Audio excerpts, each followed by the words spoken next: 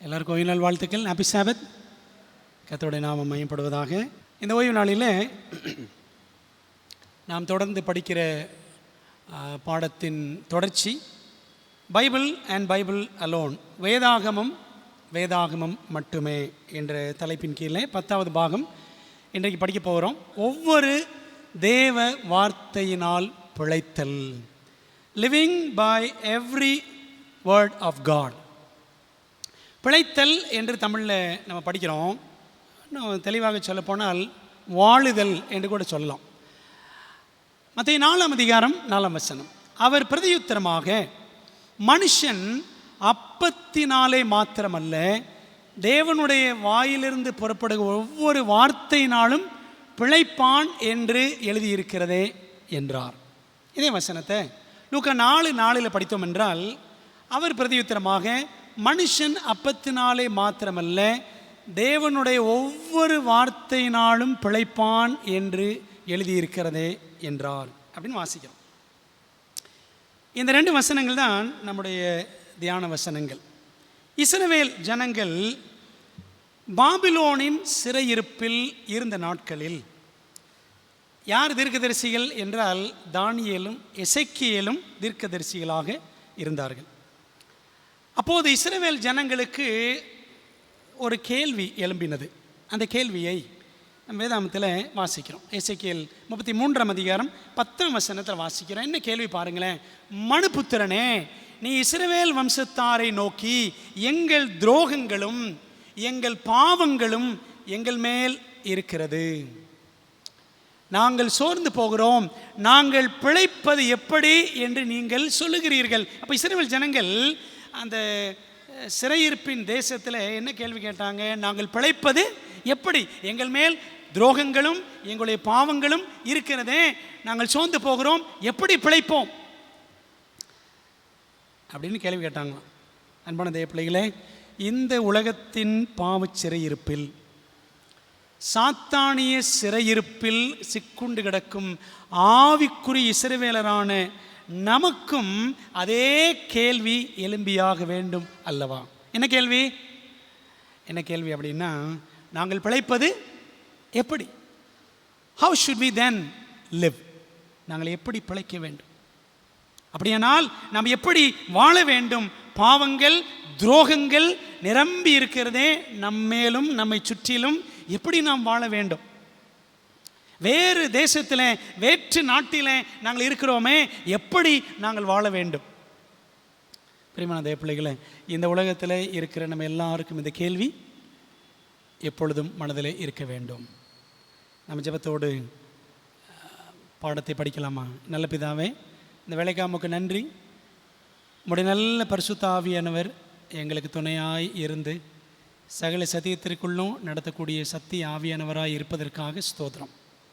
கர்த்தாவே, கடந்த வாரமெல்லாம் எங்களை நடத்தினீர். இதோ இந்த பரிசுத்த நாளில் பிரவேசிக்க உம்முடைய சமூகத்தில் கடந்து வர உதவி செய்தீர். அதற்காக நன்றி ராஜா. தகப்பனே, இந்த நாளின் பாடத்தை எங்களுக்கு ஆசீர்வதியும். உம்முடைய மெல்லிய சத்தத்தை கேட்க ஆவியானவரே அனுகிரகம் தாரும். தேவ கிருபை எங்களோடு தங்கியிருக்கட்டும். கர்த்தாவை சொல்லும் அடியார்கள் கேட்கிறோம். நீர் பெருக வேண்டும், நாங்கள் சிறுக வேண்டும். இயேசுவின் நாமத்தில் ஜெபிக்கிறோம் நல்ல பிதாவே, ஆமென். இஸ்ரவேலரின் கேள்விக்கு இயேசுவின் பதில். என்ன கேள்வி கேட்டாங்க? நாங்கள் எப்படி பிழைப்போம்? அதுக்கு பதில் நம்ம எங்கே பார்க்கிறோம் பாருங்களேன். பாபிலோனிய சிறையிருப்பில் பாவிகள் கேட்ட கேள்விக்கு வனாந்தரத்தில் பரிசுத்தற்குரிய பதில் என்ன? மத்தேயு 4 அதிகாரம் 4 வசனம். ஞான ஸ்நானத்திற்கு பின் இயேசு பிசாசிடம் பேசியதாக பதிவு செய்யப்பட்டுள்ள முதல் பிரசங்கம் மத்தேயு 4 அதிகாரம் 4 வசனம். ஞானஸ்நானம் எடுத்தார்.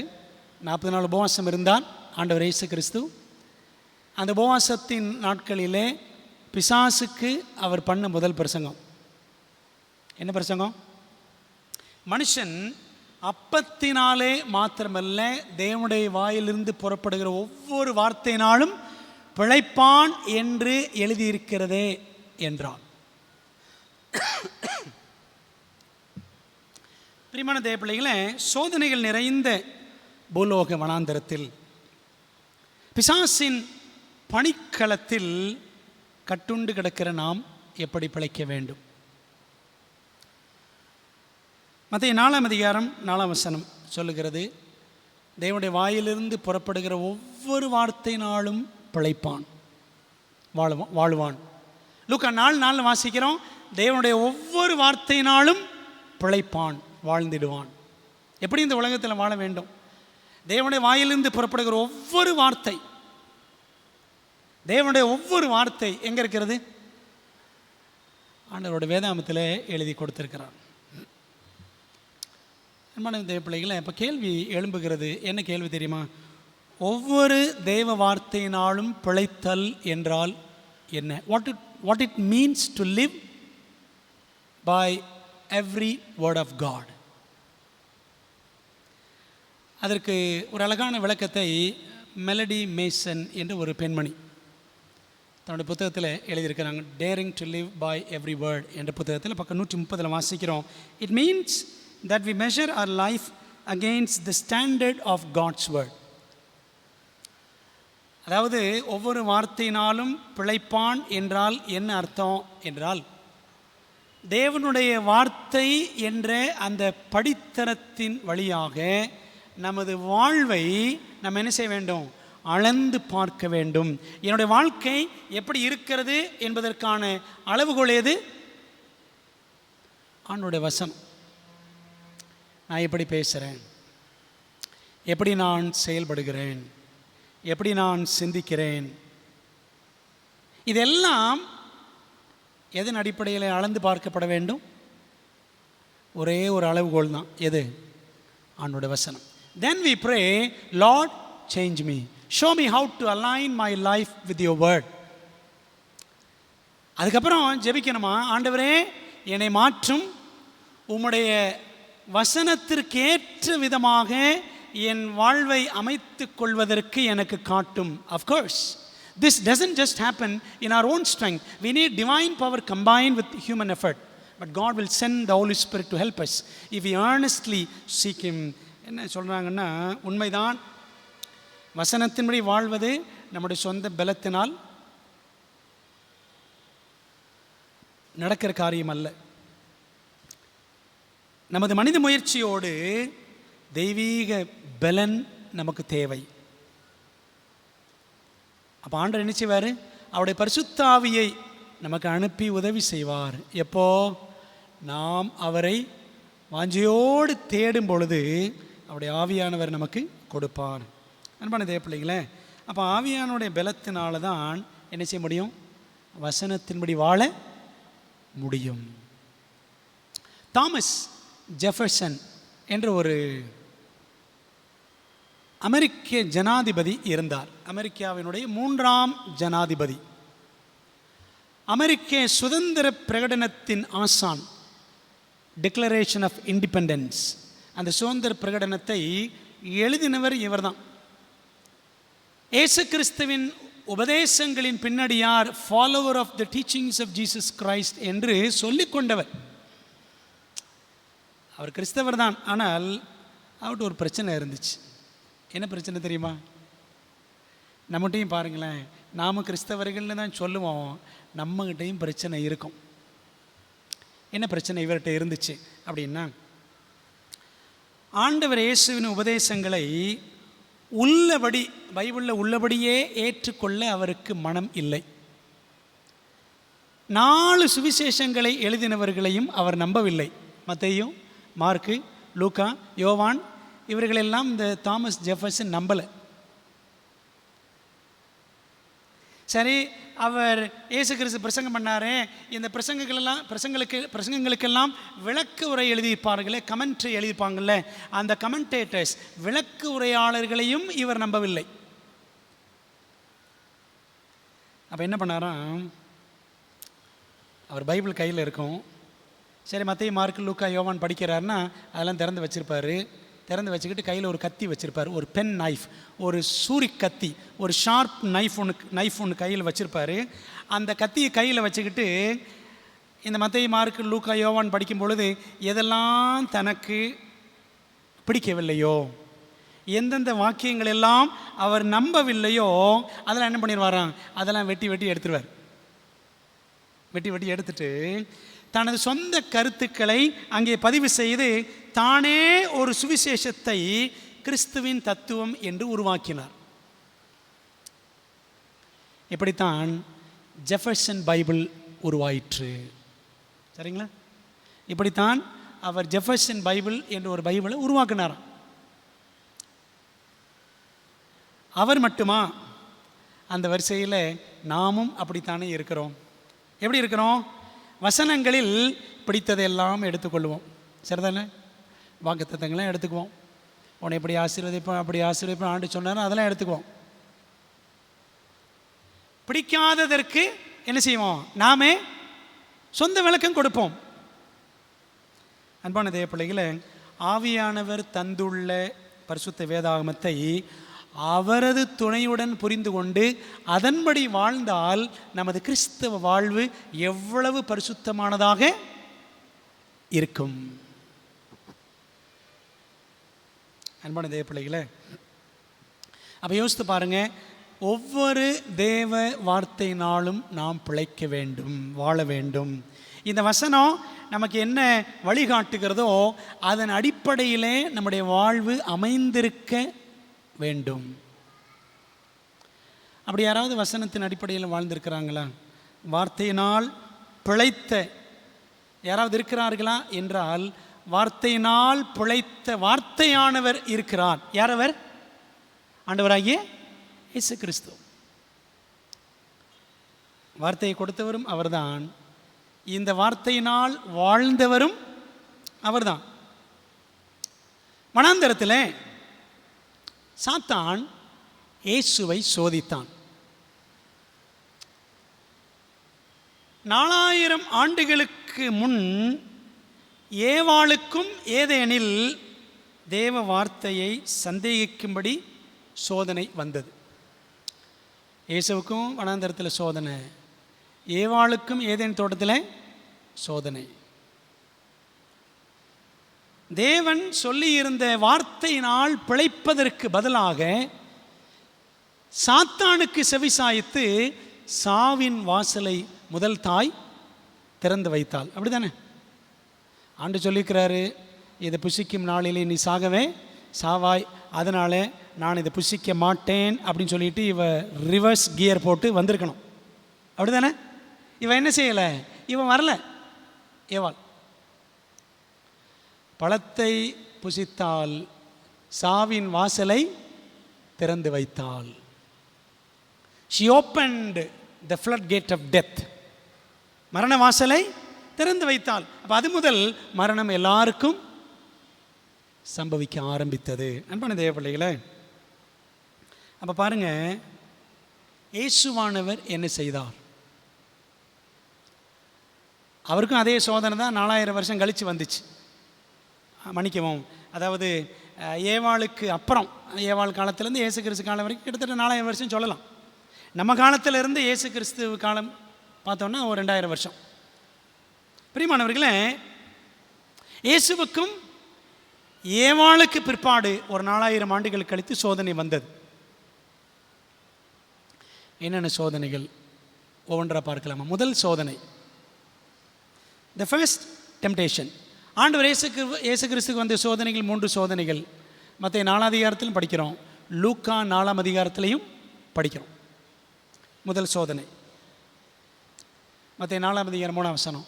அப்பொழுது சோதனைக்காரன் அவரிடத்தில் வந்து, நீர் தேவனுடைய குமாரனே ஆனால் இந்த கல்லுகள் அப்பங்களாகும்படி சொல்லும் என்றான்.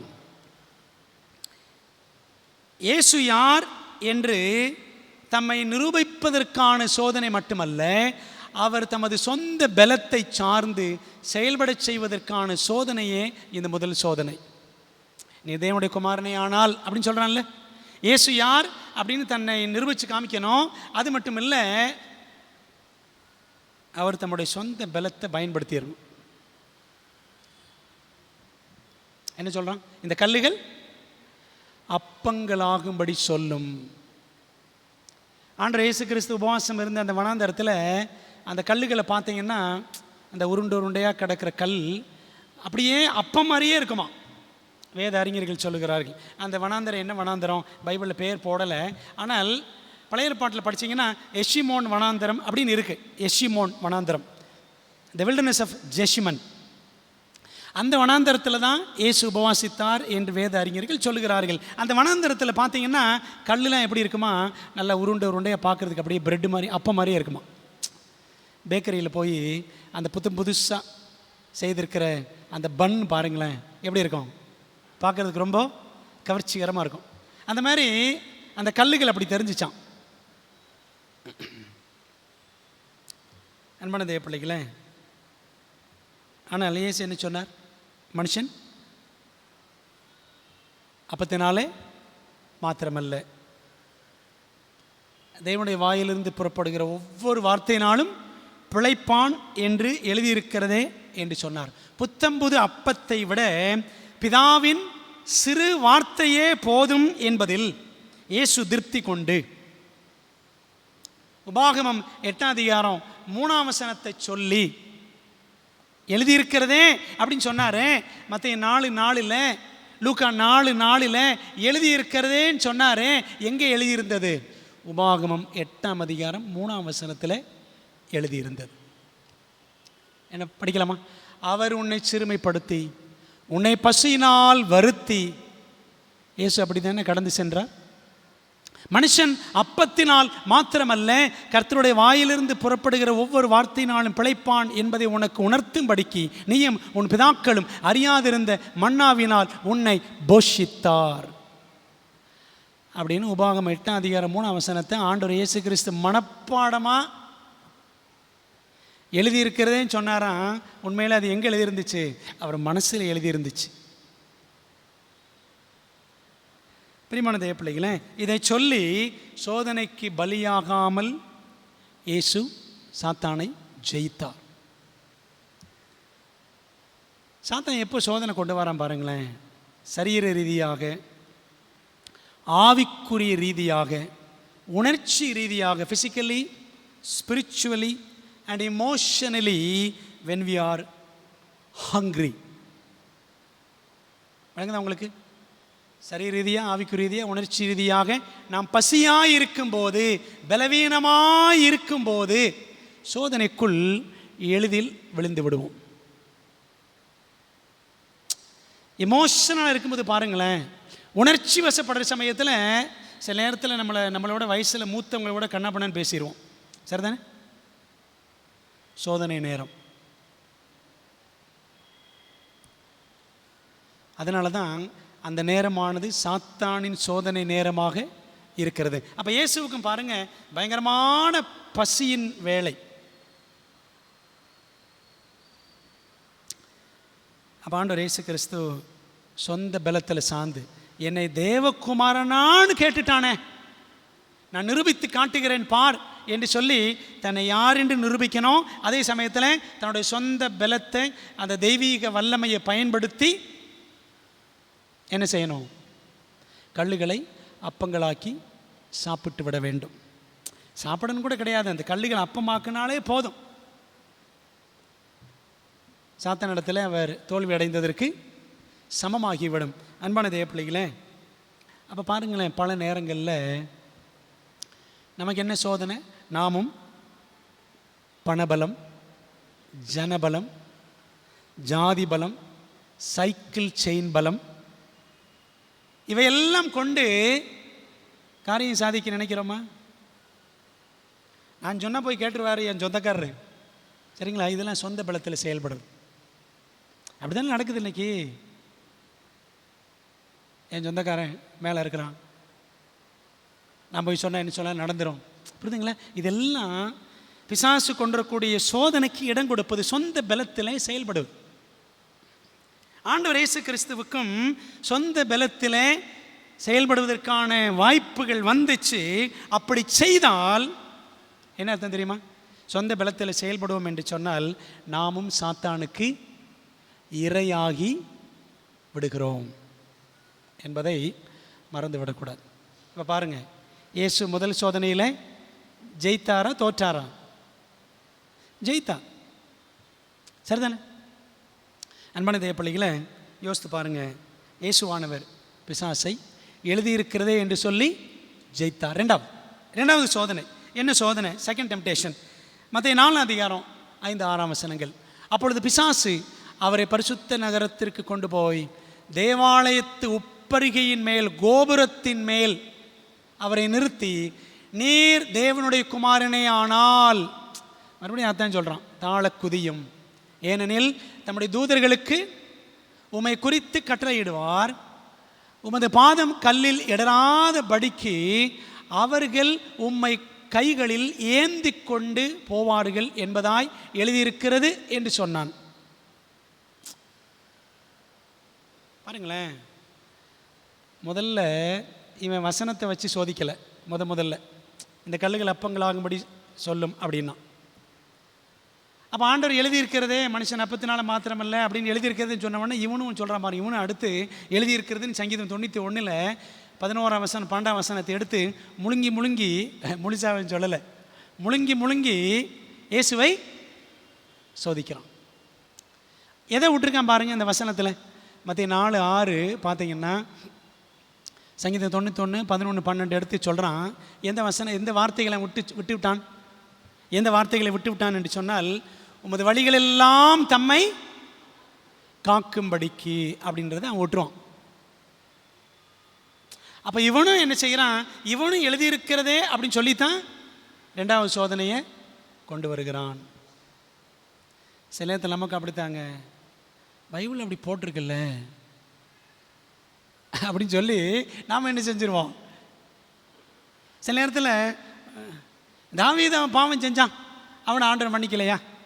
இந்த கள்ளன் கடைசி நேரத்தில் வந்தான், அவனை ஆண்டவர் ஏற்றுக்கலையா? எலியா சாப்பிட்டாரு, இவர் சாப்பிட்டாரு, அவர் சாப்பிட்டாரு, இப்படிலாம் சொல்லி நாமும் எழுதியிருக்கிறதே என்று சொல்லி நாம் என்ன செய்கிறது? ரொம்ப துணிகரமாக செயலில் இறங்கிறது. பாருங்க, இயேசுவிடமிருந்து சாத்தான் கடிந்துரை பெற்றாலும் அவனை கடிந்து கொண்டார். சரிதானே? மனுஷன் அப்பத்தினால மாத்திரமல்லன்னு சொன்ன உடனே அவனுக்கு அது சாட்டையடியாக இருந்துச்சு. கடிந்துரை அவன் பெற்றாலும் எதிராளி சோராது சோதிக்கிறான். பார்த்தீர்களா? நீர் வசனம் சொல்லுவீரா, நானும் வசனம் சொல்கிறேன் அப்படின்னு சொல்லிட்டு அவன் சோதிக்கிறான். எருசலேம் ஆலயத்தின் உச்சியிலே இயேசுவை நிறுத்தி, இப்பொழுது எப்படி வார்த்தையினால் பிழைப்பீர்? மனுஷன் அப்பத்தினால மாத்திரமல்ல, தேவனுடைய வாயிலிருந்து புறப்படுகிற ஒவ்வொரு வார்த்தையினாலும் பிழைப்பான்னு என்று சொன்னீரேன் இயேசுவே, இப்பொழுது எப்படி பிழைக்கிறேன் நான் பார்க்குறேன், நிரூபித்து காட்டும் என்று கூறி குதிக்க சொன்னான் கள்ளச்சாத்தான். ஏன் அங்கே கூட்டு போனான்? எருசலேம் தேவாலயத்தின் டாப்பில், உச்சியில், கோபுர உச்சியில். எருசலேம் தேவாலயம் இஸ்ரவேலருக்கு ஆன்மீக மையம், அப்படி தானே? எல்லாரும் அங்கே தான் வருவாங்க. பைபிள் சொல்லுது, வருஷத்துக்கு 3 தடவை 3 பண்டிகைகள் சமயத்தில் யூத ஆண்களை எங்கே வருவாங்களாம்? லட்சக்கணக்கானவர்கள் எருசலேமுக்கு வருவாங்க. அப்படி எல்லாரும் கூடி இருந்து இப்போ கோபுரத்தின் மேலே ஒருத்தர் நிற்கிறது, 2 பேர் நிற்கிறாங்க அப்படின்னு எல்லாரும் கண்டிப்பாக பார்ப்பாங்கல்ல. ஆண்டவர் இயேசு கிறிஸ்து மேலிருந்து குதித்து பிழைத்து கொண்டால் யூத தலைவர்களும் யூதர்களும் அவர்தான் மேசியா என்று எளிதில் இயேசுவை ஏற்றுக்கொள்வார்கள் அல்லவா? உண்மைதானே? எவ்வளோ உயரம், அங்கேருந்து குதிச்சானப்பா, அவருக்கு ஒன்றும் ஆகலை, பிழைச்சிட்டாரு, இவர்தாயா மேசியா அப்படின்னு சொல்லி எல்லாரும் ஏற்றுக்கொள்வதற்கு அது எளிதாக இருந்திருக்கும். அன்பானவர்களே, ஒரே கல்லில் 2 மாங்காய், ஒரே கல்லில் 2 மாங்காய். எப்படி? இயேசுவும் தப்பிச்சிருவார், தூதர்கள் வந்து காப்பாற்றிடுவாங்க. ரெண்டாவது, அவர் மேசியா என்பதையும் எல்லாரும் ஏற்றுக்கொள்வதற்கு லகுவாக இருக்கும். ஒரே கல்லில் 2 மாங்காய், 3 மாங்காய்ன்னு சொல்லலாம். சாத்தான் சொன்னதையும் அவர் செஞ்சிட்டார்ல அப்படின்னு ஆயிரும். விளங்குதா உங்களுக்கு? ஆனால் அப்படி செய்வது பிதாவின் வழிமுறை அல்ல என்று இயேசு அறிந்திருந்தார். பலத்தை காட்டுவது அல்ல, நான் யார், தேவகுமாரன் காட்டுறேன் பாரு, பலத்தை காட்டுவது அல்ல, சத்தியத்தால் இருதயங்களில் உணர்வூட்டுவதும் அக்கினிமயமான கிரியைகளை காட்டுவது அல்ல, பரிசுத்த ஆவியின் அக்கினியினால் இருதயங்களில் அசைவாடுவதுமே பரலோகத்தின் வழிமுறையாகும். அன்பான தேவ பிள்ளைகளே, அப்போ இயேசுவின் வழி என்ன வழி கிடையாது? இயேசுவின் வழி குறுக்கு வழி கிடையாது. அவருடைய வழி நீதியின் வழி ஆகும். அப்போ ஆண்டவர் என்ன பண்ணார்? உபாகமம் 6:16 சொன்னார்.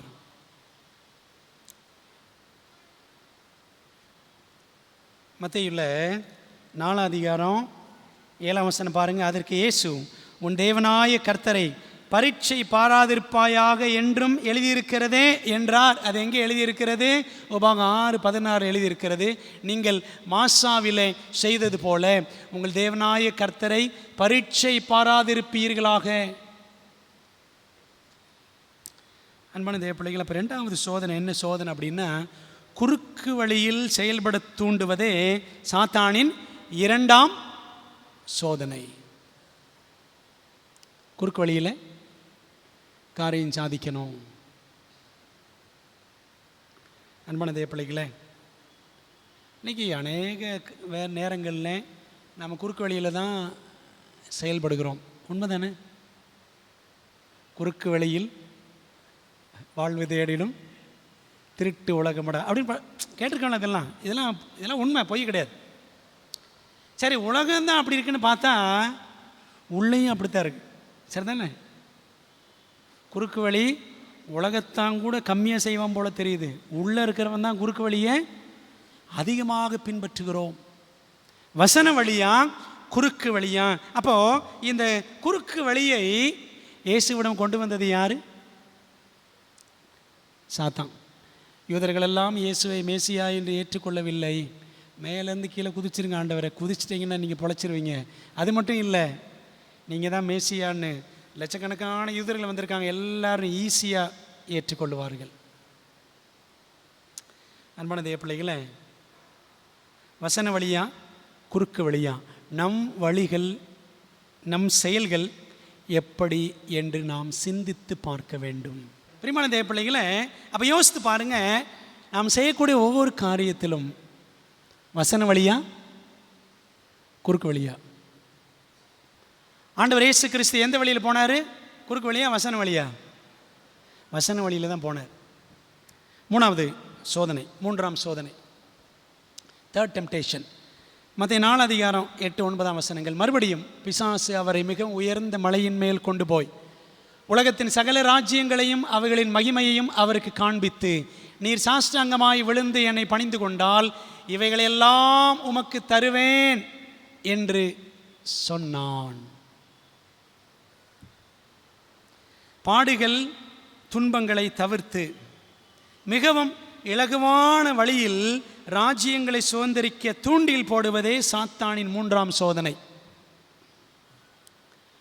எப்படி காமிச்சானா? உலக ராஜ்யங்கள் எல்லாத்தையும் நீங்கள் அதை லூக்காவில் படிக்கணுங்க. லூக்காவில் படிச்சிங்கன்னா இன்னும் தத்ரூபமாக இருக்கும். லூக்கா 4வது அதிகாரம், லூக்கா 4 வசனம் 5 வசனம் பாருங்களேன். பின்பு பிசாசு அவரை உயர்ந்த மலையின் மேல் கொண்டு போய் உலகத்தின் சகல ராஜ்யங்களையும் ஒரு நிமிஷத்தில் அவருக்கு காண்பித்து, ஒரு நிமிஷத்தில் காமிச்சான அந்த உலக ராஜ்யங்களுடைய மகிமை, அதனுடைய பிரம்மாண்டம். எப்படி ஒருவேளை ஆண்டவர் நேபுகாத்நேச்சார் காமிச்சார்ல, தங்கம் வெள்ளி வெண்கலம், அந்த மாதிரி பளபளன்னு காமிச்சிருப்பானோ? ரொம்ப பிரகாசமாக உலகத்தின் ராஜ்யங்கள் எல்லாம் ஒரு நிமிஷத்தில் அவன் காண்பித்து அவன் சொன்னானா, இவைகள் எல்லாவற்றின் மேல் உள்ள அதிகாரத்தையும் இவைகளின் மகிமையையும் உமக்கு தருவேன், இவைகள் எனக்கு ஒப்பு கொடுக்கப்பட்டிருக்கிறது, எனக்கு இஷ்டமானவனுக்கு இவைகளை கொடுக்கிறேன். யாருக்கு கொடுக்கிறது பார்த்தீங்களா? அன்பான தேவ பிள்ளைகளே, இந்த உலக ராஜ்யங்கள் எல்லாம் ஒரு நிமிஷத்தில் காட்டுவதற்கு உகந்த இடம் கோயில் கோபுரத்தை விட உயர்வான மலைச்சிகரமே ஆகும். சரிங்களா? உயரமான மலைச்சிகரம், இந்த கோபுரத்தை காட்டிலும் டாப்பு, அங்கே கொண்டு போயிட்டான். அன்பான தேவ பிள்ளைகளே, ஏதேனின் முதல் பெற்றோர் பாவத்தில் விழுந்த பின் உலக ஆளுகை யார்கிட்ட போயிடுச்சு? சாத்தானின் கைக்கு மாறியது. ஆளுகை முதல் ஆண்டு யார்கிட்ட தான் கொடுத்துருந்தாரு? பூமியை ஆண்டு கொள்ளுங்கள் அப்படின்னு ஆதாமை அவள்கிட்ட சொன்னார். சரிதானே? ஆண்டவர் கீழ்ப்படிந்து நடந்திருந்தால் ஆதாம் ஏவாள் தான் உலகத்தை கண்டிப்பாக ஆண்டு இருந்திருப்பார்கள். ஆனால் நடந்தது என்ன? பிசாசுக்கு இடம் கொடுத்ததுனால ஆளுகையை என்ன செஞ்சிட்டாங்க? அவனுக்கு ஒப்பு கொடுத்துட்டாங்க. அவன் கைக்கு ஆளுகை மாறியது. அவனே சாத்தானே இப்பொழுதும் உலகத்தின் அதிபதியாக இருக்கிறான் அப்படின்னு பைபிளில் வாசிக்கிறோம். யோவான் 14ஆம் அதிகாரம் 30ஆம் வசனத்தில் வாசிக்கிறோம். பிரியமானவர்களே, பாருங்க, வசனம் சொல்லுது, இந்த உலகத்தின் அதிபதி வருகிறான், அவனுக்கு என்னிடத்தில் ஒன்றுமில்லை என்று இயேசு சொன்னார். கல்வாரி பாடுகள் எதற்கு? வேதனைகள் எதற்கு? ஒரு நிமிஷம், ஒரு நொடி மட்டும் விழுந்து என்னை வணங்கினால் போதும், எல்லாம் உம்முடையதாகும் என்று நமட்டு சிரிப்புடன் சொன்னான் நக்சலைட் சாத்தான். அவன் நக்சலைட் தானே, எப்படி வேலை செய்கிறான் பாருங்க. நமட்டு சிரிப்பு அப்படின்னா வேறு யாருக்கோ ஒருத்தருக்கு சொந்தம், அதை தான் கையில் வச்சுக்கிட்டு, இப்போ எப்படி உதாரணம் சொல்ல பாருங்களேன். உங்கள் கையில் பேனா இருக்குது, என் கையிலையும் பேனா இருக்குது. ஆனாலும் பேனா வச்சுக்கிட்டே அந்த பேனாவை என்கிட்ட இல்லாத மாதிரி மறைச்சி வச்சுக்கிட்டு உங்கள் பேனா கொஞ்சம் கொடுக்குறீங்களா அப்படின்னு கேட்டு வாங்குறேன். பார்த்தீங்களா? இதான் நமட்டு சிரிப்பு. அப்போது உலக ராஜ்யங்கள் எல்லாம் யாருடையது? இயேசுவினுடையது. இதை இவன் கண்ட்ரோலில் வச்சிருக்கிற மாதிரி நமட்டு சிரிப்போடு சொல்கிறான், என்னை விழுந்து வணங்கினால் போதும், இதெல்லாம் உம்முடையதாகும் அப்படின்னு அவன் சொல்கிறான். பிசாசின் தந்திரங்களை அறிந்தவர் ஆண்டவர் இயேசு கிறிஸ்து. அன்பே உருவான பிதாவையும் தமது கீழ்ப்படிதல் என்னும் பரிபூர்ண தியாகத்தினால் மீட்கப்பட வேண்டிய உலக மக்களையும் ஒரு நொடி கூட சாத்தானின் கையில் காட்டி கொடுத்து விட ரட்சகர் நினைக்கவில்லை. பார்த்தீங்களா? Jesus did not want to betray his trust. பிதாவையும் விட்டு கொடுத்துடக்கூடாது, உலக ஜனங்களை மீட்கொள்ள வேண்டும். தன்னுடைய கீழ்ப்படிதல் என்ற அந்த சிலுவை தியாகத்தினாலே அதையும் காட்டி கொடுத்துடக்கூடாது. சரிதானே? பிதாவையும் விட்டுறக்கூடாது, பாடுகளின் பாதையையும் விட்டுவிடக்கூடாது என்பதில் இயேசு உறுதியாக இருந்தார். விளைக்கிரயம் செலுத்துவதை விட்டுவிடவும் அவர் ஆயத்தமாக இல்லை. விளைக்கிரயம் என்ன? அவர் சிலுவையில் பாடுகள் படணும். சரிதானே? அவர் பாடுகள் பட்டு மரித்து உயிரோடு எழுந்துதான் அவர் என்ன செய்யணும்? சகலத்தையும் தமக்கு கீழ்ப்படுத்திக் கொள்ள வேண்டும் என்பதான் பிதாவின் சித்தம். ஆனால் பிசாசின் சித்தத்திற்கு அவர் என்ன செய்யலை? இடம் கொடுக்க ஆயத்தமாய் இருக்கவில்லை. அப்போ இயேசு என்ன சொன்னார்? என்ன படிக்கிறோம்? லூக்கா 4ஆம் அதிகாரம் 8ஆம் வசனத்தில், இயேசு அவனுக்கு பிரதியுத்தரமாக, எனக்கு பின்னாக போ சாத்தானே, உன் தேவனாய கர்த்தரை பணிந்து கொண்டு அவர் ஒருவருக்கே ஆராதனை செய்வாயாக என்று எழுதியிருக்கிறதே அப்படின்னு எங்கிருந்து சொன்னார்? உபாகமம் 6:13 சொன்னார். உன் தேவனாய கர்த்தருக்கு பயந்து அவருக்கே ஆராதனை செய்து அப்படின்னு வாசிக்கிறோம். உபாகம் 6:13 போடுங்க.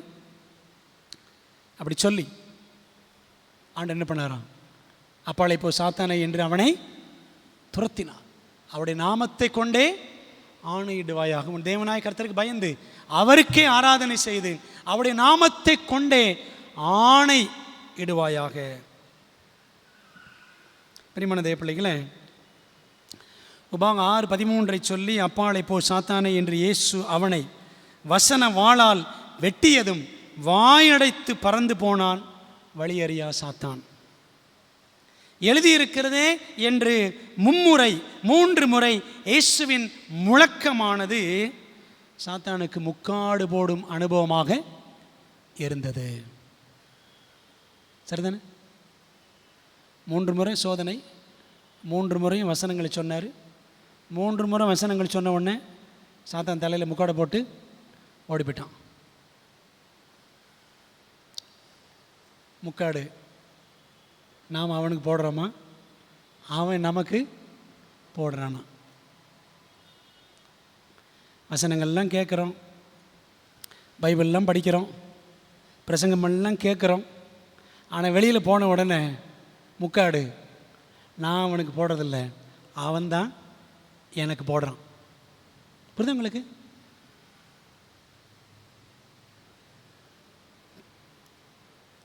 ஆண்டவர் இயேசு கிறிஸ்து இந்த அனுபவத்தின் வழியாய் நம்ம கற்றுக் கொடுக்குற பாடம் என்ன தெரியுமா? அதை எலன் ஒயிட் எழுதுனாங்க, வாசிக்கிறேன். ஏற்கனவே ஒரு முறை சொல்லியிருக்கேன், திரும்ப வாசிக்கிறேன். Christ resisted the temptations of the enemy with the only weapon that the soldier of the cross of Christ can successfully use. It is written. என்ன சொல்கிறாங்க? கிறிஸ்துவானவர் எதிராளியின் சோதனைகளை எதிர்த்து நின்றார். எப்படி எதிர்த்து நின்றாராம்? கிறிஸ்துவின் சிலுவை போர் வீரன் வெற்றிகரமாக எந்த ஆயுதத்தை பயன்படுத்த முடியுமோ அதே அந்த ஒரே ஆயுதத்தை இயேசுவானவர் பயன்படுத்தினார். என்ன ஆயுதம்? It is written. அந்த ஆயுதத்துக்கு பேர் என்ன? எழுதியிருக்கிறது. வேர் எங்கே எழுதியிருக்கிறது? In the Old and New Testaments. With these words we are to defend ourselves and warn others, holding forth to them the word of life. எங்கே எழுதியிருக்கிறது? பழைய புதிய ஏற்பாடுகளில் எழுதியிருக்கிறதே. இந்த வார்த்தைகளினால் நாம் நம்மையும் தற்காத்து கொண்டு மற்றவர்களுக்கும் எச்சரிப்பு கொடுத்து என்ன செய்யணும்? ஜீவ வார்த்தையை அவர்களுக்கு முன்பாக, மற்றவர்களுக்கு முன்பாக உயர்த்தி பிடிக்க வேண்டும் என்று ரிவ்யூ ஹெரால்ட் ஜூலை 13, 1897 அதில் எலன் ஒயிட் எழுதியிருக்கிறாங்க. பெருமையான தேவப்பிள்ளைகளை, அப்போ யோசித்து பாருங்கள், நம்முடைய அன்றாட ஆவிக்குரிய போராட்டத்தில் எழுதியிருக்கிறதே என்ற ஆயுதத்தை, வசன ஆயுதத்தை நாம் பயன்படுத்துகிறோமா? எனக்கு ஒரு கேள்வி எழும்புகிறது. என்ன கேள்வி தெரியுமா? மாற்றம் வருமா, ஏமாற்றம் வருமா? கையில் ஆண்டு எழுதி கொடுத்துருக்கிறாரு, இவ்வளோ பெரிய புத்தகத்தை கொடுத்துருக்கிறாரு, இதை வச்சிருக்கிறோம், வாசிக்கிறோம். மாற்றம் வருகிறதா, ஏமாற்றம் வருகிறதா? ஒரு எழுத்தாளர் ஹோலினஸ் என்ற ஒரு புத்தகத்தில், பரிசுத்தம் என்ற புத்தகத்தில் பக்கம் 178 எழுதுகிறாங்க.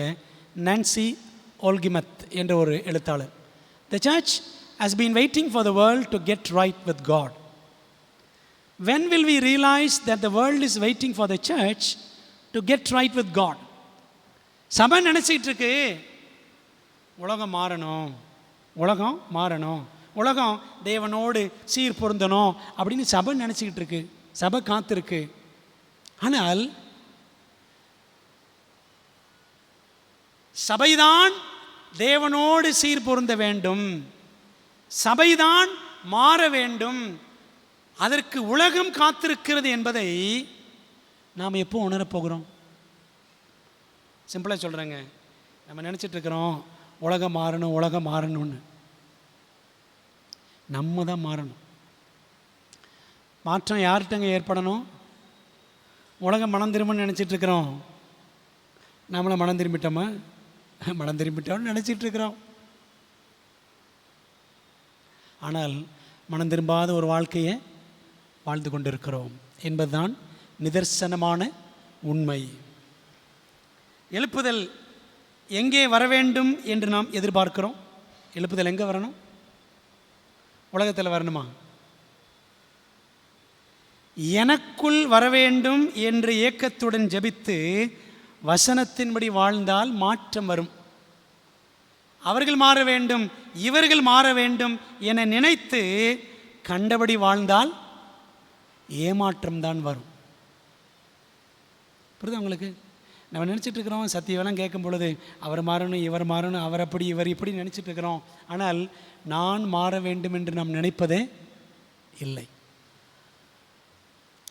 அதனால தான் நம்முடைய கிறிஸ்தவ வாழ்க்கையினாலே பரலோகத்திற்கு ஏமாற்றம்.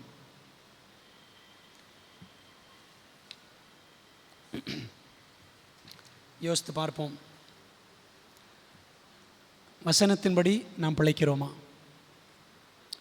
நமது அன்றாட தீர்மானங்களை வசனத்தின்படி தான் செய்கிறோமா? அன்றாட தீர்மானங்கள் எப்படி எடுக்கிறோம்? பைபிள் நீதிமொழிகள் 3:5 சொல்லுது, உன் சுய புத்தியின் மேல் சாயாமல் உன் வழிகளில் எல்லாம் அவரை நினைத்துக்கொள், அப்பொழுது அவர் உன் பாதைகளை செவைப்படுத்துவார். மனுஷனுக்கு செம்மையாய் தோன்றுகிற வழிகள் உண்டு, முடிவோ மரண வழி. நீதிமொழிகள் 14:12 வாசிக்கிறோம். நீதிமொழிகள் 11:14 பாருங்களேன். பைபிளை திறந்து வாசிப்போம். நீதிமொழிகள் 11:14 சொல்லுது, ஆலோசனை இல்லாத இடத்துல ஜனங்கள் விழுந்து போவார்கள், அநேக ஆலோசனைக்காரர் உண்டானால் சுகம் உண்டாகும். ஆலோசனைகள் தேடுறோமா? வசனத்தில் தேடுறோமா? வசனத்தை பின்பற்றக்கூடிய பிள்ளைகள் மூலமாக, வசனத்தின்படி வாழக்கூடிய ஆவிக்குரிய பிள்ளைகளிடத்தில் நம்ம ஆலோசனைகளை தேடுகிறோமா? யோசித்து பாருங்கள். அன்றாட தீர்மானங்களில் வசனத்தையும் வசனத்தின்படி வாழுகிறவர்களையும் நாம் தேடுகிறோமா? நமது மனநிலைகள் வசனத்தின்படி இருக்கின்றனவா? மனநிலைகள் வசனத்தின்படி இருக்கின்றனவா? பிலிப்பியர் 2:5 என்ன சொல்லுது? கிறிஸ்து இயேசுவில் இருந்து சிந்தையே உங்களில் இருக்கடவுள். பிலிப்பியர் 4:8 எல்லாருக்கும் தெரியும். உண்மையுள்ளவைகள் அவைகளோ, ஒழுக்கம் உள்ளவைகள் அவைகளோ, படிக்கிறோம்ல. நற்கீர்த்தி உள்ளவைகள் அவைகளோ, புண்ணியம் எதுவோ, புகழ் எதுவோ, அப்படி வரிசையாக இருக்கு. இவைகளையே சிந்தித்து கொண்டிருங்கள். நம்முடைய சிந்தனை எப்படி இருக்கு? மனநிலை எப்படி இருக்கிறது? என் கண்மலை மீட்பெருமாய் கர்த்தாவே, என் வாயின் வார்த்தைகளும் என் இருதயத்தின் தியானங்களும், சங்கீதம் 19:14, நம்முடைய சமூகத்திலே பிரீதியாக இருப்பதாக. நம்முடைய எண்ணங்களெல்லாம் ஆண்டுக்கு பிரியமாக தான் இருக்காங்க. நம்முடைய வேதத்தை நேசிக்கிறவர்களுக்கு மிகுந்த சமாதானம் உண்டு. சங்கீதம் 119, 165. நம்முடைய சிந்தையில் ஆண்டோட வசனத்தை நேசிக்கிறோமா? நமது வாழ்க்கை முறை வசனத்தின்படி இருக்கிறதா? நம்முடைய லைஃப் ஸ்டைல் யோசித்து பாருங்கள். நம்முடைய டிசிஷன்ஸ், நம்முடைய ஆட்டிடியூட்ஸ், நம்முடைய லைஃப் ஸ்டைல் வசனத்தின்படி இருக்கிறதா? நீங்கள் புசித்தாலும் குடித்தாலும் எதை செய்தாலும் எல்லாவற்றையும் அப்படி தானே தேவனுடைய மகிமைக்கு என்று செய்யுங்கள். 1 Corinthians 10:31. அதே தான் 6:19-20 நம்முடைய சரீரம் தேவனுக்குரியது. ரோமர் 13:14 வாசிக்கிறோம், துரிச்சைகளுக்கு இடமாக உடலை பேணாமல் இருந்து கர்த்தராகிய இயேசு கிறிஸ்துவை தரித்துக் கொள்ளுங்கள் அப்படின்னு படிக்கிறோம். இயேசுவை தரித்துக் கொள்ளுங்கள். கிறிஸ்துவின் சிந்தையை தரித்துக் கொள்ளுகிறோமா என்பதை நாம் யோசிக்கணும். அன்பான தேவ பிள்ளைகளே, நமது தரிசனம், நமது இலக்கு, what is our vision, what is our goal? நம்முடைய கிறிஸ்தவ வாழ்க்கையில் நமக்குன்னு ஒரு தரிசனம், ஒரு இலக்கு இருக்கிறதா? இலக்கு என்னவா இருக்கணும்? மத்திய 6:33 என்ன வாசிக்கிறோம்? முதலாவது தேவனுடைய ராஜ்யத்தை, அவருடைய நீதியை தேடுங்கள். முதலாவது தேவனை பிரியப்படுத்தணும். எபிரேயர் 11:16 வாசிக்கிறோம், பரமதேசத்தையே நாடினார்கள் நம்முடைய முற்பிதாக்கள். நம்முடைய நோக்கெல்லாம் எங்கே பரமதேசமாக இருக்கு? அடுத்த எலெக்ஷன், அடுத்த ஜிசி, இப்படி தான் இருக்கு. நம்முடைய புத்தியெல்லாம் அப்படித்தான் இருக்கு, குறுக்கு புத்தியாக தான் இருக்கு.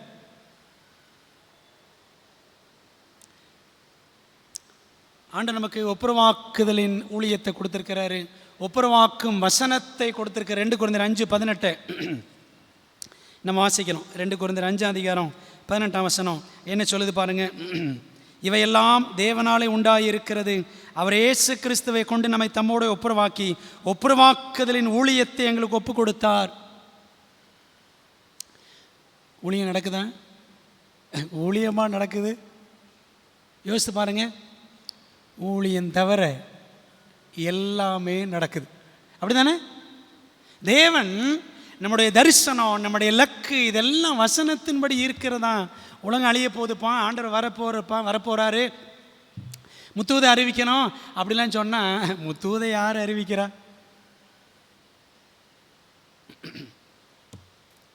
முத்தூதை கூப்பிட்டு பேச சொன்னால் ஏண்டா அவரை வச்சு முத்தூதை கூப்பிட்டு நானே பேசியிருக்கலாம்னு தோணுது. பிரியமான தேவ பிள்ளைகளை, முத்தூதை எடுத்து சொல்வதற்கு இன்றைக்கி யாருக்கும் தைரியம் கிடையாது. இன்றைக்கி சபையில், நிர்வாகத்தில். அப்போ நம்முடைய தரிசனம், நம்முடைய இலக்கு இதெல்லாம் வசனத்தின்படி தான் இருக்கிறதா? யோசித்து பாருங்க. முத்துவது முத்துவது முத்துன்னு வாய்களையே சொல்கிறோம். அதை எடுத்து சொல்கிறதுக்கு ஒரு மேடையை கொடுத்தா சொல்கிறவங்களுக்கு தைரியம் இல்லை. கத்தோலிக்கன்னு சொல்கிறதுக்கு கைகாலெலாம் நடுங்குது. அருமையான தேவ பிள்ளைகளை, அப்போது எப்படி நம்ம சத்தியத்தை உலகத்தில் கொண்டு போய் சேர்க்க போகிறோம்னு தெரியல.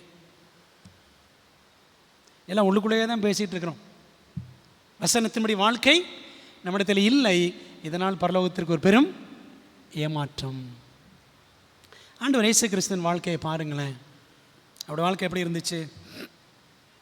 எல்ன் ஒயிட் எழுதுறாங்க, டிசர்வேஜஸ் பக்கம் 208. So utterly was Christ emptied of self that he made no plans for himself. He accepted God's plans for him, and day by day the Father unfolded his plans. So should we depend upon God that our lives may be the simple outworking of his will. என்ன சொல்றாங்க தெரியுமா? ஆண்டவர் இயேசு கிறிஸ்து முற்றிலும் சுயத்தை வெறுமையாக்கி இருந்தார். அவருக்கென்று திட்டங்கள் எதுவுமே கிடையாதாம். புரியுதா உங்களுக்கு? அவருக்குன்னு திட்டங்கள் எதுவுமே கிடையாதாம். பிதாவாகிய தேவனுடைய திட்டங்களை அப்படியே தமக்கென்று அவர் ஏற்றுக்கொண்டார். அன்றாடம் பிதாவானவர் தமது திட்டங்களை குமாரனுக்கு வெளிப்படுத்தினார். அதே போல நாம் தேவனை சார்ந்திருக்க வேண்டும். அப்படி சார்ந்திருந்தால் நம்முடைய ஜீவன் எப்படி இருக்குமா? தேவ சித்தத்தின் ஒரு எளிமையான வெளிப்பாடாக நம்முடைய வாழ்க்கை இருக்கும். சரிங்களா? யோசித்து பாருங்க. கிறிஸ்துவின் வாழ்க்கை அவருக்குன்னு எந்த திட்டம் இல்லை. அப்படியே பிதாவின் சித்தத்தை அவர் சார்ந்திருந்தார். அதே போல் நம்முடைய வாழ்க்கை இருக்கிறதா? அதை குறித்து ஆண்டவர் இயேசு கிறிஸ்துவின் வாழ்க்கையை குறித்து அவர் எப்படி பிதாவை சார்ந்திருந்தார் அப்படின்றத ஏசாயா 50ஆம் அதிகாரம் 4ஆம் வசனம், ரொம்ப அழகான வசனம் பாருங்களேன். அதிகாலை தோறும் பிதாவின் பாதம் அமர்ந்தே பரலோக திட்டங்களை கற்றறிந்து செயல்படுத்தினார் கிறிஸ்து. அதை ஏசாயா 50ஆம் அதிகாரம் 4ஆம் வசனத்தில் படிக்கிறோம். இளைப்படைந்தவனுக்கு சமயத்திற்கேற்ற வார்த்தை சொல்ல நான் அறியும்படிக்கு கர்த்தராகிய ஆண்டவர் பிதாவாகிய தேவன் எனக்கு இயேசுவுக்கு கல்விமானின் நாவை தந்தருளினார். காலைதோறும் என்னை எழுப்புகிறார். பிதா காலைதோறும் குமாரனாய் இயேசுவை எழுப்பினாராம். அதிகாலை தோறும் கற்றுக்கொள்ளுகிறவர்களைப் போல, like a disciple, like a student, ஒரு சீஷனை போல, ஒரு மாணவனைப் போல நான் கேட்கும்படி, இயேசுவானவர் கேட்கும்படி இயேசுவின் செவியை பிதா கவனிக்க செய்தார். சரிங்களா? இயேசுவை பற்றிய தீர்க்க தரிசனங்க இந்த வசனம். பிதாவை அப்படியே சார்ந்து செயல்பட்டார் ஆண்டவர் இயேசு கிறிஸ்து. இன்றைக்கி நடக்கிற காரியங்கள்லாம் பார்த்தீங்கன்னா, செய்கிற காரியங்கள்லாம் தந்திரமாக அப்படி இப்படி செஞ்சுவிட்டு எல்லாம் ஆண்டவர் சித்தம். இன்றைக்கி அப்படி தானே சொல்கிறாங்க. எல்லா இடத்துலையும் தந்திரமான வழிமுறைகளில் செயல்பட்டு விட்டு எல்லாம் ஆண்டவர் ஐயா, ஆண்டவர் சித்தம் ஐயா. நீங்கள் அப்படி தான் ஆண்டவர் பேரை சொல்லி ஏமாத்துறோம். பெரியமான தேவ பிள்ளைகளை, அப்போ யோசித்து பார்ப்போம், இன்றைக்கி நம்முடைய வாழ்க்கை வசனத்தின்படி இருக்கிறதா? ஒரே ஒரு உண்மை சம்பவத்தை, சபை சரித்திரத்தை உங்களிடத்தில் பகிர்ந்து கொண்டு முடிக்கப் போகிறேன். வார்த்தையினால் பிழைக்க கடைசி அழைப்பு. 1909ஆம் ஆண்டு ஜெனரல் கான்ஃபரன்ஸ் கூட்டம் டக்கோமா பார்க், வாஷிங்டன் டிசியில் நடைபெற்றது. இப்போயும் general conference fever, GC fever தான் எல்லா இடத்துலையும் பயங்கரமாக இருக்கிறது. அட்வென்டிஸ் சர்க்கிளில் ஜிசி ஃபீவர். அடுத்த மாதம் ஜூலை மாதம் ஜிசி வருதில்ல, ஜெனரல் கான்ஃபரன்ஸ். அதே மாதிரி 1909ஆம் வருஷம் இந்த ஜெனரல் கான்ஃபரன்ஸ் கூட்டம் நடைபெற்றது. அதுதான் எலன் ஒயிட் அம்மையார் பங்கு பெற்ற கடைசி ஜிசி கூட்டம். அந்த கூட்டம் 3.5 வாரங்கள், கிட்டத்தட்ட 1 மாதம் நடைபெற்ற கூட்டம். அது மிக விசேஷமான கூட்டம். That was a special meeting for Elon white. ஏன்னா அதான் அவங்களுக்கு கடைசி மீட்டிங், சரிங்களா? எலன் ஒயிட்டுக்கு அதான் கடைசி கூட்டம். ஆகவே அது அவங்களுக்கு விசேஷமான கூட்டம், நமக்கு விசேஷமான கூட்டம். ஏன்னா நமக்கு ஒரு ஸ்பெஷல் லெசன், ஒரு சிறப்பான பாடம் அதில் இருக்கிறது. 50 பேருடன் மாபெரும் ஏமாற்றத்திற்கு பின் உருவான சபை. 1,00,000 பேர் காத்திருந்தாங்க இயேசு வருவார்னு சொல்லிட்டு. ஆனால் ஆண்டவர் வரல. ஆனால் கடைசியில் மிஞ்சி இருந்தவங்க எத்தனை பேர்? 50 பேர். அந்த மாபெரும் ஏமாற்றத்திற்கு பின் உருவான சபை வளர்ந்து 1908ஆம் ஆண்டின் முடிவில் 83,000 வரை வளர்ந்திருந்ததை கண்ணார கண்டவர் எலன் ஒயிட் அம்மையார். 1844 வெறும் 50 பேர் மாபெரும் ஏமாற்றத்துக்கு அப்புறம். அதுக்கப்புறம் பாருங்க எத்தனை வருஷம், சரிங்களா? கிட்டத்தட்ட 60-65 ஆண்டுகளுக்கு அப்புறம் பார்த்தீங்கன்னா அந்த சபை 83,000 பேராக சபை வளர்ந்திருக்கிறது. இதை கண்ணார கண்டவர் எலன் ஒயிட். அமெரிக்காவில் அப்போது இருந்த SDA விசுவாசிகள் எவ்வளோ பேர் அப்படின்னா 59,000 பேர் அமெரிக்காவில், சரிங்களா? உலகத்தின் பிற பகுதிகளில் இருந்த SDA விசுவாசிகள் 24,000 பேர், மொத்தம் 83,000. அந்த GC கூட்டங்களிலே சமர்ப்பிக்கப்பட்ட தசம பாக விபரம் எவ்வளோன்னு பார்த்தீங்கன்னா $1.1 மில்லியன். அதாவது $11,00,000. இன்னைக்குள்ள மதிப்பு படி சொன்னால் 9,46,31,900 ரூபாய். அப்போவே சேகரிக்கப்பட்ட தசமபாகம் காணிக்கை. அப்போது கிட்டத்தட்ட 100 வருஷத்துக்கு முன்னாடி அப்படியே பாதி கூட ஆக்கிக்கிங்களேன். பாதி ஆக்கினீங்கன்னா எவ்வளவு? ஒரு 4.5 கோடி வச்சுக்கங்க. அது மட்டுமல்ல, அப்போது இருந்த அபிஷேகம் பெற்ற போதகர்கள் ஏறக்குறைய 800 பேர். ஊழிய அனுமதி பத்திரம் பெற்றவர்கள், அதாவது மினிஸ்டீரியல் லைசன்ஸ் அப்படின்னு சொல்லுவாங்க, அபிஷேகம் பெறாத போதகர்களை அப்படி சொல்லுவாங்க. அப்படி ஊழிய அனுமதி பத்திரம் பெற்றவர்கள் 400+, 400 பேருக்கு மேலானவர்கள். இப்போ இந்த அளவுக்கு சபை வளர்ந்து இருந்துச்சு. அந்த கூட்டங்களில், ஜெனரல் கான்ஃபரன்ஸ் கூட்டங்களில் எலன் ஒயிட் அம்மையார் ஆரோக்கிய சீர்திருத்தம், ஆரோக்கிய சத்தியம் பற்றிய ஆர்வங்கள், ஊழிய பிரயாசங்கள், ஊழியத்தை பற்றி அதிகமாக பேசினாங்க. தனிநபர் ஊழியம், பட்டண ஊழியம், இதெல்லாம் எலன் ஒயிட் குறித்து அதிகமாக பேசினார்.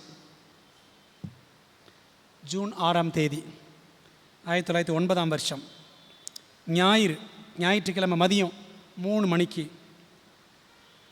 எலன் ஒயிட் கொடுத்த கடைசி செய்தி என்ன தலைப்பில் பேசுகிறாங்கன்னா, தெய்வீக சுபாவத்துக்கு பங்குள்ளவர்கள், பார்ட்டேக்கர்ஸ் ஆஃப் த டிவைன் நேச்சர் என்ற தலைப்பில் தனது கடைசி பிரியாவிடை தேவ செய்தியை கொடுத்தார். அதுக்கு GC புல்லட்டினில் என்ன தலைப்பு வச்சாங்கன்னா, அ டச்சிங் ஃபேர்வெல் அப்படின்னு ஒரு பேர் வச்சாங்களாம். மனம் தொடும் கடைசி செய்தி அப்படின்னு பேர் வச்சாங்களாம்.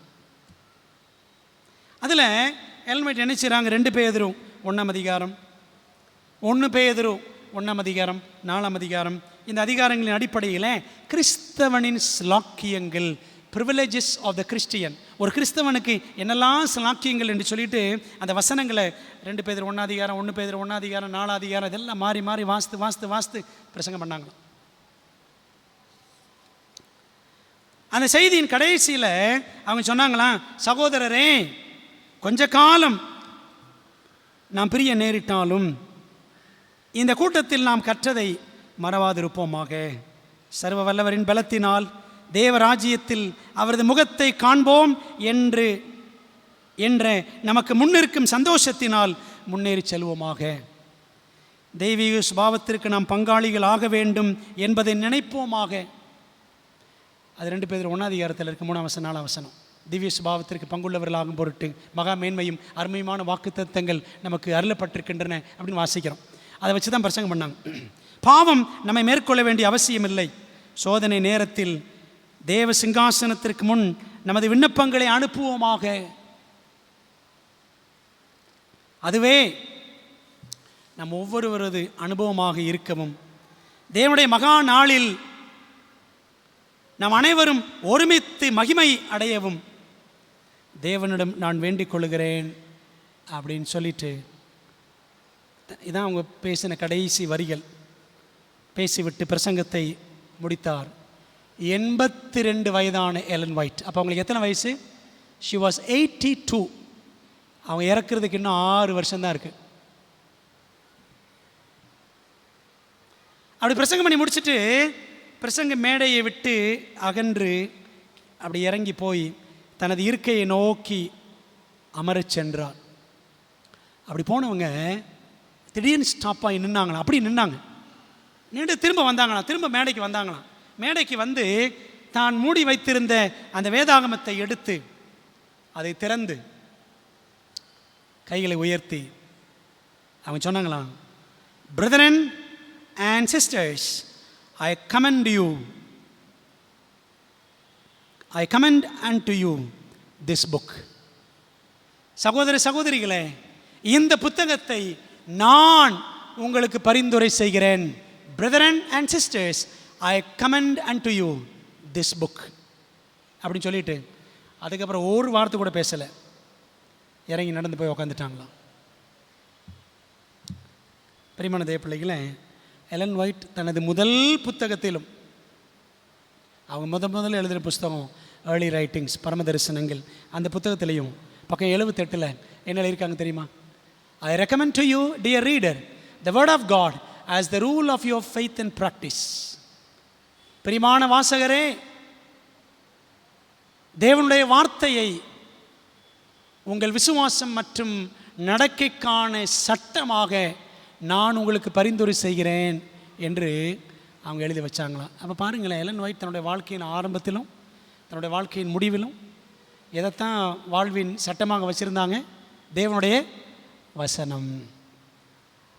அருமையான தேவ பிள்ளைகளை, இன்றைக்கி நம்முடைய நிலைமையை பார்த்தீங்கன்னா பைபிளாவையும் ஃபாலோ பண்ணுறதில்லை, பைபிள்லாவையும் ஃபாலோ பண்ணுறது கிடையாது. சபைக்கென்று இருக்கிற சட்டத்திட்டங்களையும் பின்பற்றுவது இல்லை, ஆண்டு கொடுத்திருக்கிற வேதாம சட்டத்திட்டங்களையும் பின்பற்றுவதில்லை. ஏனோ தானோ ஒன்று நம்முடைய வாழ்க்கை போகிறது. முடிவுரையாக கடைசியாக பைபிளில் பாருங்களேன், சமாரியர் தேவ வசனத்தை ஏற்றுக்கொண்டார்கள் என்று அப்போஸ்தலர் 8:14 வாசிக்கிறோம். சமாரியர் தேவ வசனத்தை ஏற்றுக்கொண்டதை எருசலேமில் உள்ள அப்போஸ்தலர்கள் கேள்விப்பட்டு அப்படின்னு வாசிக்கிறோம்.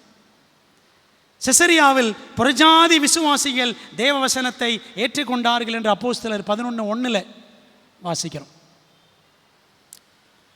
பெரோயா பட்டண விசுவாசிகள் தேவ வசனத்தை மனோவாஞ்சையாய் ஏற்றுக்கொண்டார்கள் என்று அப்போஸ்தலர் 17:11 வாசிக்கிறோம். பிரபலமான வசனம். தெசலோனிக்கே பட்டண விசுவாசிகள் மிகுந்த உபத்திரவத்தில் பரிசுத்த ஆவியின் சந்தோஷத்தோட திருவசனத்தை ஏற்றுக்கொண்டார்கள். அந்த 2 வசனங்கள் படித்து பாருங்க. 1 தெசலோனிக்கே 2:13, 1:6 ஆகிய வசனங்கள் படித்து பார்த்தீங்கன்னா பரிசுத்த ஆவியின் சந்தோஷத்தோட மிகுந்த உபத்திரவத்தில் தெசலோனிக்கே பட்டண விசுவாசிகள் சத்திய வசனத்தை ஏற்றுக்கிட்டாங்களாம். உங்களுக்கும் இதே கேள்விதான். வாலிபர்களே, விசுவாசிகளே, இயேசுவை நேசிக்கிற அன்பர்களே, நீங்கள் தேவ வசனத்தை ஏற்றுக்கொள்வீர்களா? வசனத்தை டெய்லி படிக்கிறோம், நிறைய பிரசங்கங்கள் கேட்குறோம். இதுவரைக்கும் எவ்வளோ பிரசங்கங்கள் கேட்டிருக்கிறோம். அன்பான தேவ ஜனங்களே, இனிமேல் இந்த வாய்ப்பு இருக்குமா, கிடைக்குமான்னு சொல்ல முடியாது. தேவன் நம்ம கொடுத்திருக்கிற வசனங்களை படிக்கிறோம், ஏற்றுக்கொள்கிறோமா, அதன்படி நடக்கிறோமா?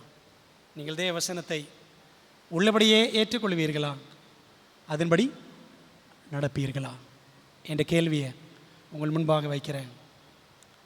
ஜெபம் பண்ணுமா? நல்ல தகப்பனே, உங்களுடைய சத்திய வார்த்தைகளுக்காக நன்றி.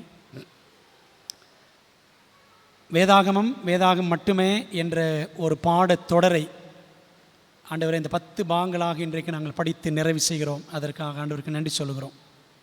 அன்பான ஆண்டவரே, உடைய சத்திய வேதத்தை எங்கள் வாழ்வின் சட்டமாக, எங்கள் நடத்தையின் சட்டமாக கொடுத்திருக்கிறீர். எங்கள் விசுவாசத்திற்கு சட்டமாக கொடுத்திருக்கிறீர். அப்படியே பின்பற்ற எங்களுக்கு பலத்தை தாரும். சமாரியர் வசனத்தை ஏற்றுக்கொண்டார்கள். செசரியாவின் புரஜாதி விசுவாசிகள் வசனத்தை ஏற்றுக்கொண்டார்கள். பெரோயா பட்டணத்தார் வசனத்தை ஏற்றுக்கொண்டார்கள். தெசலோனிக்கே சபை விசுவாசிகள் வசனத்தை ஏற்றுக்கொண்டார்கள். ஆண்டவரே, நாங்களும் வசனத்தை ஏற்றுக்கொண்டு அதன்படி வாழக்கூடிய உம்முடைய தெய்வீக ஜனமாக கர்த்தர் மாற்றும்படி எங்களை அர்ப்பணிக்கிறோம். இயேசுவின் நாமத்தில் ஜெபிக்கிறோம் நல்ல பிதாவே, ஆமென்.